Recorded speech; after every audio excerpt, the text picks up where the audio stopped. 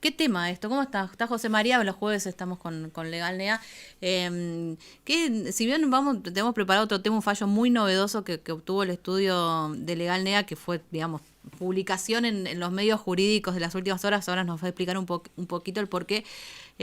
Nos dio mucha pena esto que está pasando de decir, parece que yo decía antes de terminar, parece que es la ley del más fuerte, o sea, el que tiene más fuerza para, en este caso, bloquear un negocio hace 45 días, pese a que hay amparos judiciales, organismos que intervinieron y todo eso, termina ganando y tiene que cerrar ahora la empresa. 15 personas creo que van a ser despedidas por este bloqueo.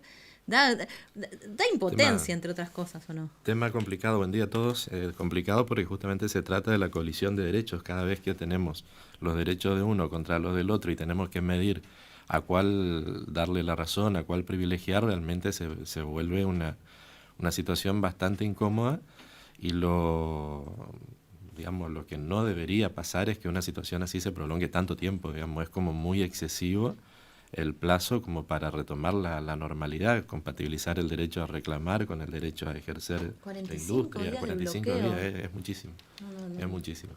Y termina siendo lamentablemente el pretendido débil o defendido, digamos, que es el empleado, termina siendo la víctima, pues si la empresa no puede trabajar, probablemente tenga que cerrar, suspender las actividades, lo que sea, y en definitiva los ¿Y qué empleados, se hace?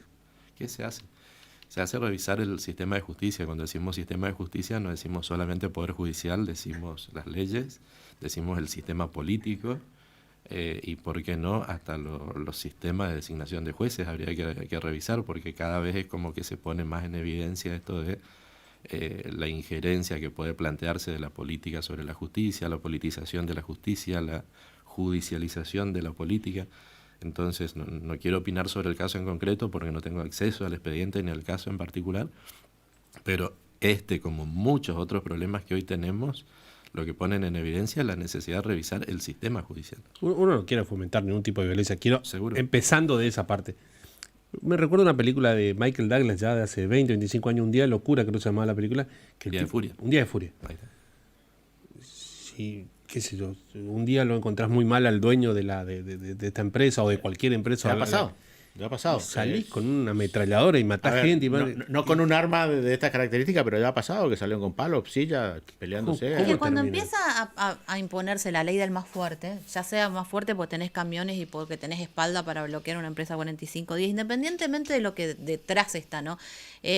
Y todos ya vamos a hacer uso de la fuerza en algún punto. O sea, vos vas a ver ya no solo como una descarga, sino también como la manera que vos tenés para obtener cosas, porque por ahí a ustedes les debe pasar, pero es muy difícil decir, no, tenemos que hacer, y hay muchos ejemplos, tenemos el caso de las usurpaciones, es muy típico, lo hablamos muchas veces, Sí. te dicen, no, pero vas a entrar, haces un juicio, haces la denuncia y no recuperás más tu terreno, tenés que buscar unos, ¿cómo se dice? Unos quita ocupas o algo así, y listo, vas de noche y solucionás de otra manera. Y es muy difícil pedir que vayamos por el camino de la convivencia, de las instituciones, cuando en realidad el resultado viene por otro lado, ¿no? Y No, para ustedes debe totalmente. ser mucho más. Totalmente, a los que tuvimos la experiencia de tener que negociar muchas veces en estos contextos, en conflictos similares, con similares actores, la verdad es que la negociación no existe, siempre termina habiendo una imposición, digamos. En algún momento nos tocó ir con Pablo a Formosa en un caso similar, y la verdad que el margen de negociación cuando la postura del más fuerte es tan agresiva, se reduce al mínimo. En este caso había venido un empresario de Buenos Aires y admitía que no tenía margen de maniobra, digamos, ¿no?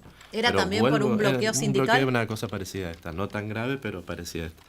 Y insisto con esto, digamos, cuando esto falla quiere decir que las leyes no son lo suficientemente operativas muchas veces para evitar estas cuestiones, ¿Las leyes o los que jueces? los jueces a veces no se animan a tomar decisiones drásticas, Que hay amparos políticos muchas veces también. que si no se animan es porque pueden haber represalias del poder político. Y creo que uno de los problemas es que no se ponen sobre la mesa estos temas que son los que hay que hablar, ¿no? Entonces estamos hablando de otros temas que tienen que ver con la justicia, por ahí con intereses más particulares de los poderosos, pero nadie se acuerda de la justicia que necesita la gente todos los días, ¿no? Claro, por eso cuando se habla de ampliar corte, achicar corte, consejo de la magistratura, que son temas importantísimos, pero la gente dice, ¿para qué todo eso si en definitiva gana el más fuerte? Totalmente. Y si no recogen las necesidades de todos los días, digamos, ¿no? Bueno, fallos súper novedosos han sido noticia en el mundo jurídico por, ¿cómo es esto? De los embargos. ¿Me embargo yo primero si me vas a embargar? ¿Cómo es esta historia? Me embargo para que no me embargues. A Así ver, lo ¿cómo? tituló el Diario Judicial, que es un medio nacional donde se colocan, digamos, todas las novedades, las últimas noticias, y tuvimos el privilegio de aparecer el día de ayer a raíz de este fallo acá en Corrientes.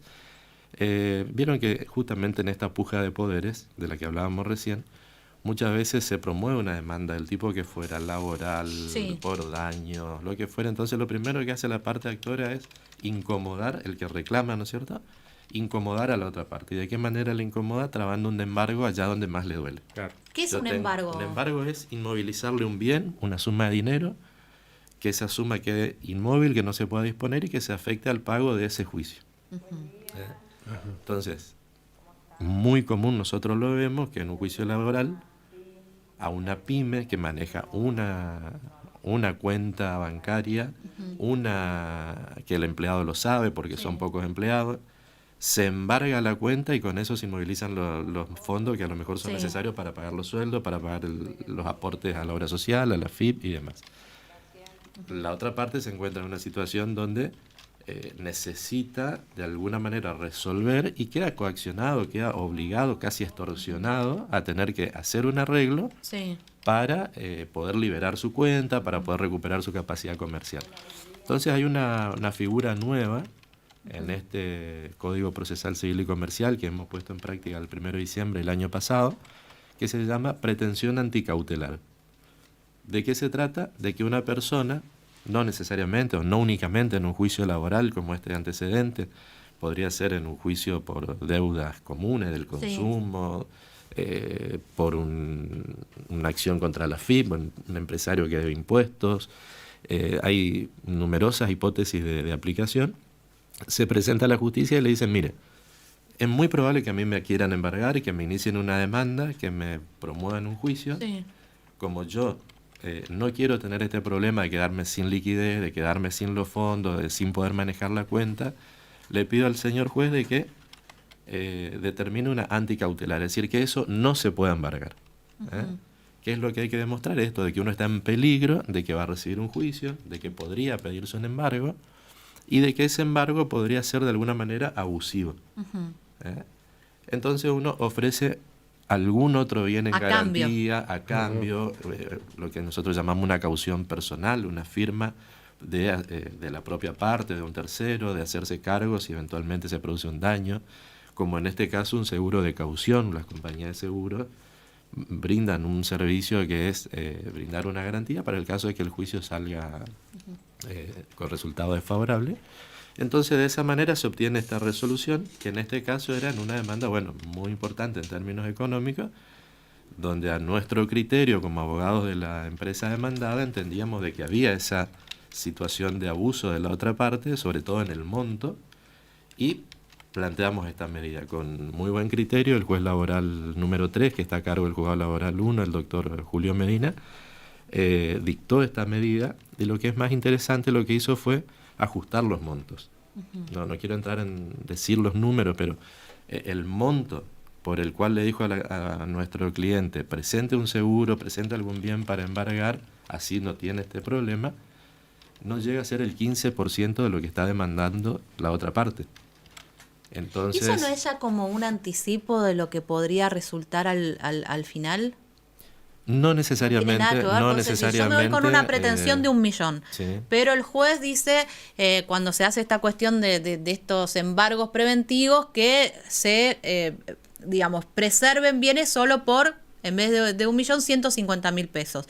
¿No es como un anticipo decir, bueno, después a mi pretensión de 1 millón no va a ir y va a ser más cercana a eso que digamos, que preservó? Es cierto, esa es una mirada tradicional, conservadora, que existía hasta hace poco tiempo, que incluso existe hoy en algunos jueces más reacios al cambio, pero también es cierto que hoy cuando uno pide un embargo, como en el ejemplo que vos das, decís por 100, el juzgado analiza el pedido, mira la viabilidad del pedido y muchas veces no otorga los 100, le dice 70, 50, 20, 30. Sexo, abuso, a ver, esto surge, porque esto viene de una reforma, ¿no? Legal importante que se hizo. ¿Es como una respuesta a una práctica abusiva de las cautelares y los embargos? Es una respuesta a esta práctica abusiva de los embargos y es, creo yo, una herramienta para generar paz social, digamos, ¿no?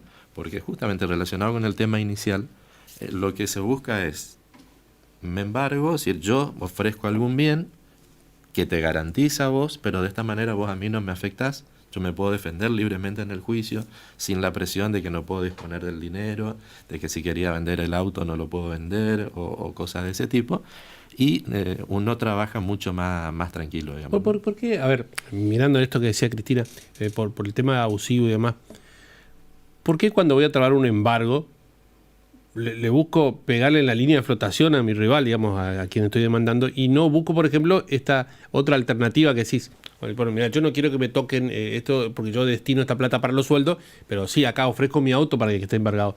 ¿Por qué el que ni iba a embargar no iba a decir, bueno, no le voy a joder con la plata de los sueldos, le voy a ir a embargar el auto? ¿Por qué siempre se mira, digamos, tratar de hundirlo y no de averiarlo? Mira, ahí entramos en un tema muy sensible que es cuánto es responsabilidad del abogado y cuánto es responsabilidad del cliente, de la parte.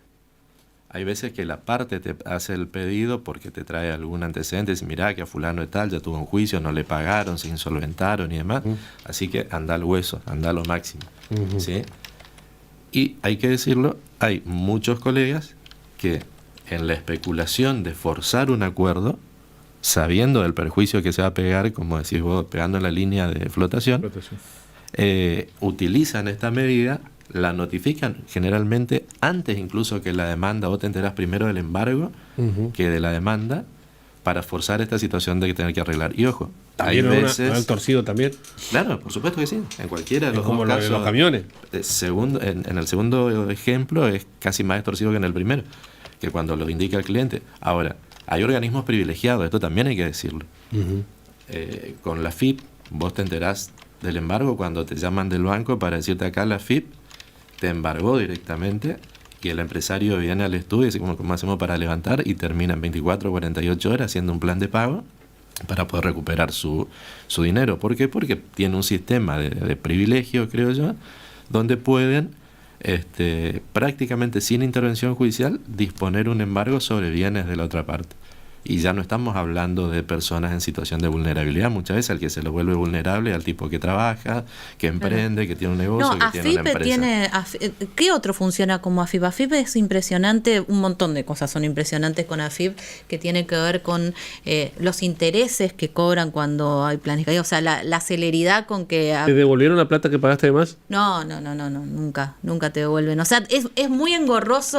Donde es más notorio es en AFIP, en los otros casos donde esto se podría implementar también, son en aquellos contratos con cláusulas abusivas, típicos contratos de consumo, por ejemplo, financieras, cosas así, que dicen, te cobran una tasa sideral y después te embargan el sueldo. Claro. Te va a pasar la vida y no vas a poder terminar de pagar, ¿no? Dijo, uno se tiene que enterar antes que te están por hacer un embargo, entonces no es necesario que te enteres. Vos le tenés que presentar al juez y decirle, mire, yo tuve un conflicto con este empleado, mire, yo estoy debiendo a la FIP o tengo un problema con la FIP en la determinación de un impuesto, mire, yo no pude pagar esta cuenta, mire, tengo el auto prendado y tengo tal dificultad.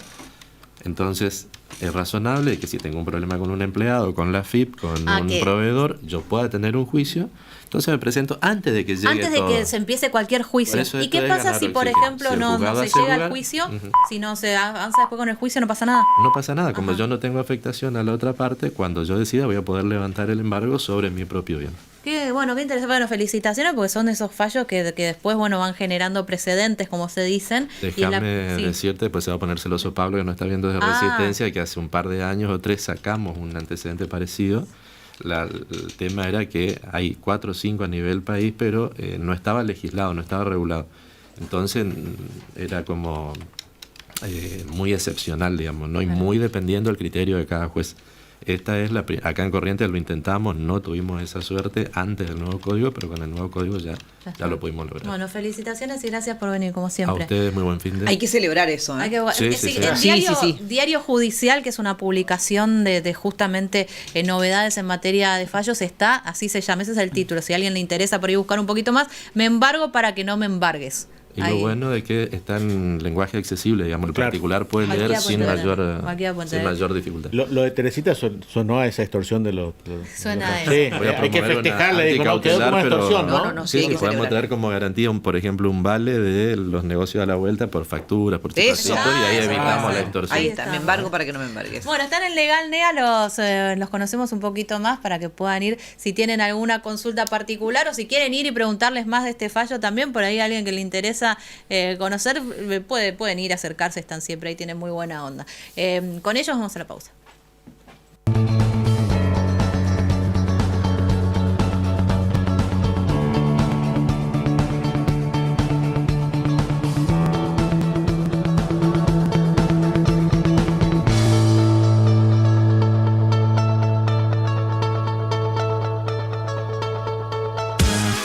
Transmite LT7.